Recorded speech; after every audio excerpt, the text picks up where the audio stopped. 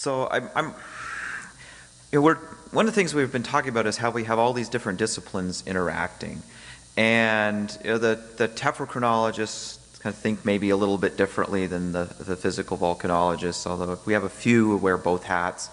And then we have people in archaeology and people who are doing palynology and all of these different things, looking at ice cores, marine cores. And we may look at the tephras a little differently and think about them a little bit differently and perhaps describe them a little bit differently with different language. And that can be an issue when we need to translate, what from the palynologist to the physical volcanologist, for example, when we're trying to collaborate. And so, if we're going to try to collaborate more, and of course I hope that happens, it's one of the goals of this workshop to encourage that sort of thing, we need to be able to communicate with each other. And if we're using the same words in the same way, then when somebody says ash and then somebody else says ash, we know we're meaning the same thing. And if one person means one thing by ash and somebody else means something totally different by ash, we're in trouble, right? I think that one we're probably okay on, but anyhow, just the idea. And another thing is documenting these things. So a physical volcanologist, as we were talking about in the field yesterday a little bit, looks at a deposit, and there's a whole lot of these details that they're very interested in. And maybe a tephrochronologist might not capture some of those things. And so if we have everybody capturing more of the details that all of the colleagues might be interested in, then those described tephra deposits become much more useful to many more people. And we'll hear more about this. There are other talks coming along to cover some of this documentation.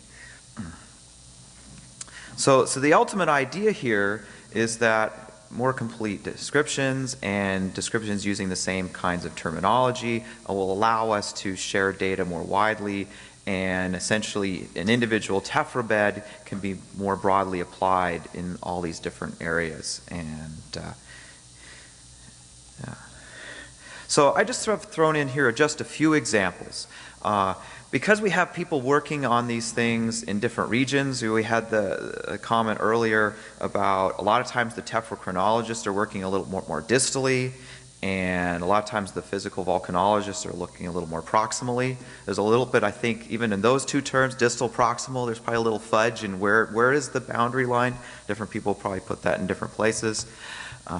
But if you're working distally, a lot of times you're looking at ash. And so a lot of times these things will get described as ash beds. The climactic eruption of Mount Mazama that produced Crater Lake is often referred to as the Mazama ash bed. But you go to Crater Lake and you climb up to the sides of the volcano, and it's not an ash bed in many places. You have big pumice. It doesn't look anything like ash. And so that's not really a universal description. It may work distally, but not proximally. And so maybe calling it an ash bed isn't really the best way to go. Maybe we should use tephra, okay, right? So this is sort of classic size breakdown. It kind of mirrors sedimentology, where you have silt and sand and gravel and those sorts of things. And so, okay, if it's ash, then it's smaller than 2 millimeters. So maybe if we can we'll just call it ash if it really is ash. Okay.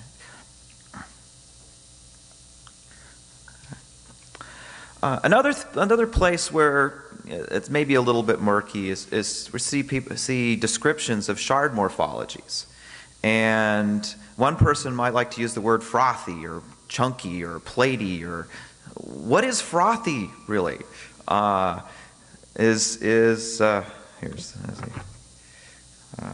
I don't know, maybe something like that. I don't know, lots of bubbles and really thin walls and a real pain to analyze with the probe, because you've got trying to cram the beam in these little tiny places. Maybe I don't know, is that a chunky one? Some of these are obviously more pernicious than others, and so maybe the terminology is not necessarily used entirely consistently. And if we have actual SEM images or visible light images from petrographic microscopes, and you put that in there, then of course everybody will see it and understand what it is, and maybe their own terminology perhaps. There have been some attempts to maybe try to standardize a little bit. Christy Wallace shared this with me a while ago. This actually started out from the USGS probe lab, and it was an attempt to try to make a little chart that had pictures of different things, and so that different people working with Tephras in the lab would try to start describing things in similar ways. And so maybe we could have some more resources of this sort shared around, and maybe help people stay kind of on the same page. And there's a couple other things. And we have similar things with phenocrysts and microcrysts and microlights and microphenocrysts and things used not necessarily in the same way. Okay. What about ages? Gosh, ages are a mess. Okay. Is it BP, BCE, BC, AD, B2K? Okay, I'm lost already. Yeah, and some things we know really well. Maybe there's been dendrochronology, or we have ice core layer counting, or it's historical, and you even know down to within minutes of when the eruption started in some cases. Or maybe all we know is, well, I kind of think it's early Pleistocene because there were some fossils associated with it that kind of look early Pleistocene, and that's all you've got. How do we synthesize all of that in a meaningful way? And especially with this idea that we're trying to get more data into databases so we can share this information better. How do you put all of that into some kind of database system and then be able to sift through it with some kind of keywords that actually work appropriately? This one is a mess. And I know there are other people, geochronologists, who are talking about these sorts of things. And it's like, yeah, so what do you put in? And you know, if you put in early Pleistocene or late Pleistocene, or you have a calendar year, okay, well, if somebody just types in calendar years into the database system and does a search, does it know how to translate that, you know, to late Holocene or something, and spit out all the late Holocene stuff for you too? I don't know. With carbon dates, we often have the problem of calibrated or not. And these days, I think the practices are pretty good. Most people distinguish between the two well, but there's plenty of old literature that just has a carbon date listed, and it doesn't tell you whether they calibrated it or not. So is it calendar years based on some kind of calibration curve? Is it the raw radiocarbon? I don't know. And so being really, really careful with essentially the metadata that goes along with these things. To say, okay, this is a number, and this is the reference for it. You know, so are we doing BP relative to 1950, or is this B2K before 2000? Or I don't know. Pretty soon, maybe we'll be doing B2, you know, 2050 or something. I don't know. So those sorts of things are really, really critical to make meaning of dates like this, or any other sorts of information. Uncertainties are also a place that we have to be careful with. You know, a lot of times with radiocarbon, again, for example, you know, there are error bars on the original raw radiocarbon date, and then you run it through a calibration. Hopefully you've specified which calibration curve and which software and all of that went along with it. And then you have a probability distribution. And a lot of times we'll get the plus or minus. You know, well, sometimes the plus or minus doesn't really give you a good impression of what the actual probability distribution looked like. And so sometimes those uncertainties aren't conveyed very clearly. And then and so when other people try to pull dates together and do additional modeling, and if you don't have all the uncertainties conveyed quite right, then the model may not be quite right in the end. So these are just a few examples of things where we really need to be kind of careful. And that's it. I said it was short.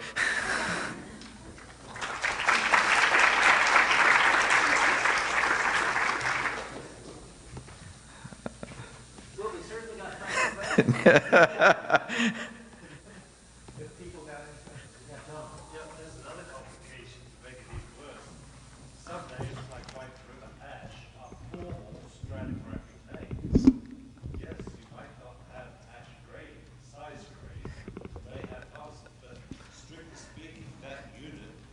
stratigraphic unit should be called the White River Ash. Okay. Because it has been formally defined and in print. Okay. That's another complication. So something can be formally defined as a something ash when you're not looking at ash, but it's official. It's been stamped official. Okay. Yeah. Right. The name is a formal name, Right. and it overrides any lithologic term. Right. Well, there are places we have similar problems with, like geographic place names, where some place that's a caldera is called a crater officially, geographically. Good. Just another complication. Any other questions or comments at this point? I might mention that Wait.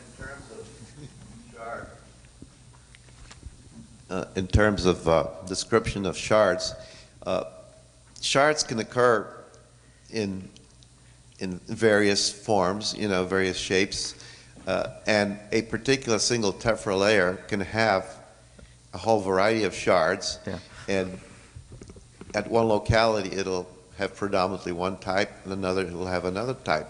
If, for example, it falls into the water, the solid chunky glass shards will settle down first, and then while the pumiceous shards will float. Sometimes will float indefinitely until they hydrate through to the vesicles.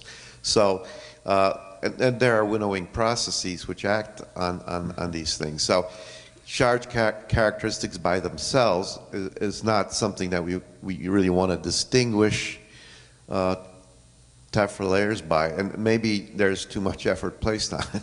Oh. It's nice to be thorough, but I'm not sure you want to Okay.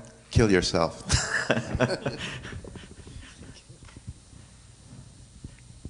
Yeah, just two quick comments. I think nailing down the terminology is going to be really key to this. And in three weeks ago in Portugal, we had a field volcanology conference, and they came to the same conclusion. So maybe they're going to try to make a IAVC commission to nail down terminology, and maybe we can join in on that from the Tephra side. And then also, if we want to put this in a database, you had asked, I don't know if it's possible to search for some things and get specific calls out of a database, but that is definitely possible, depending on how the database is designed. So we could add that terminology definition into the database and just have people check, here's all of our input data, and here is, the categories it falls under. Yeah, so just maybe one more comment. There are a number of IAFSA commissions that are focused on standardization of terminology and techniques, and I think that's a great idea to do this with Tephra.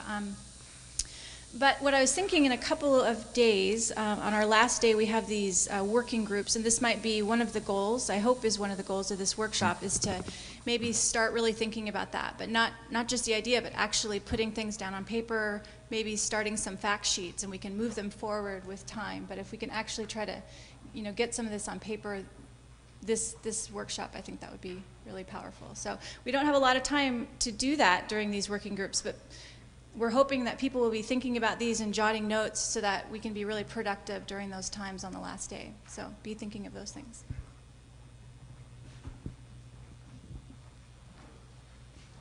I also have a comment to add, just based on work done on Antarctic ice cores. And this is something that our community might not be thinking about yet, but I think looking to the future we should be.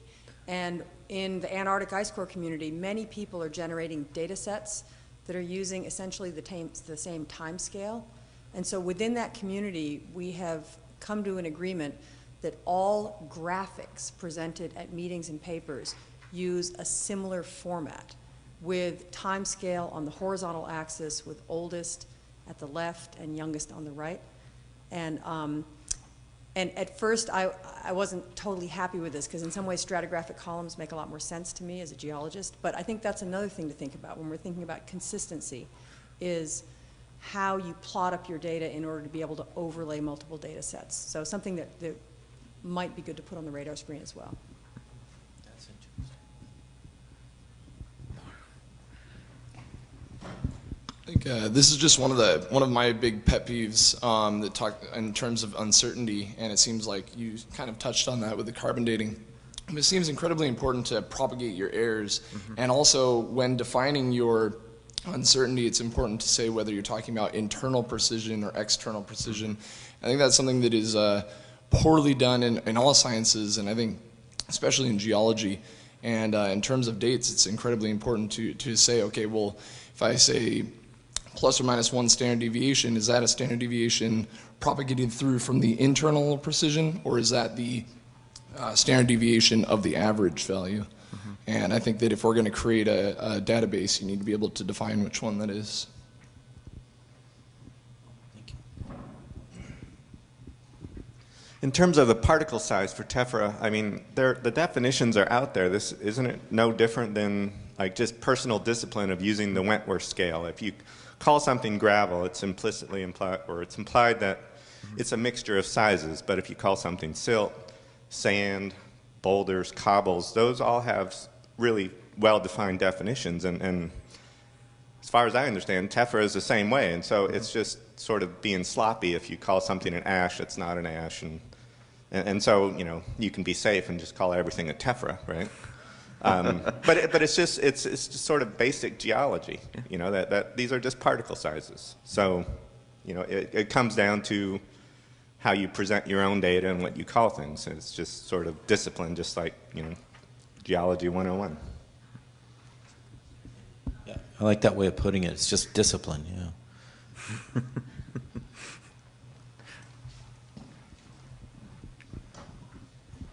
This is a comment maybe related more to the last talk, but I think absence of information is also very important to record. So if you don't find the Tephra marker bed that you were expecting, that is data.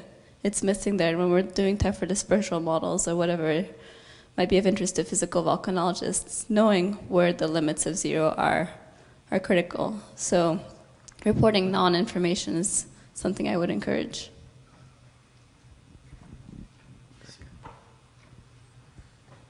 Anything? Okay. So it looks like we are an amazing group of people, I guess. Very good timing. So coffee and nosh is set up in the back there, and we'll start again at 10:30. So please take a look at posters. If you got a poster up, maybe stand near it a little bit to attract attention. Wave your arms, etc.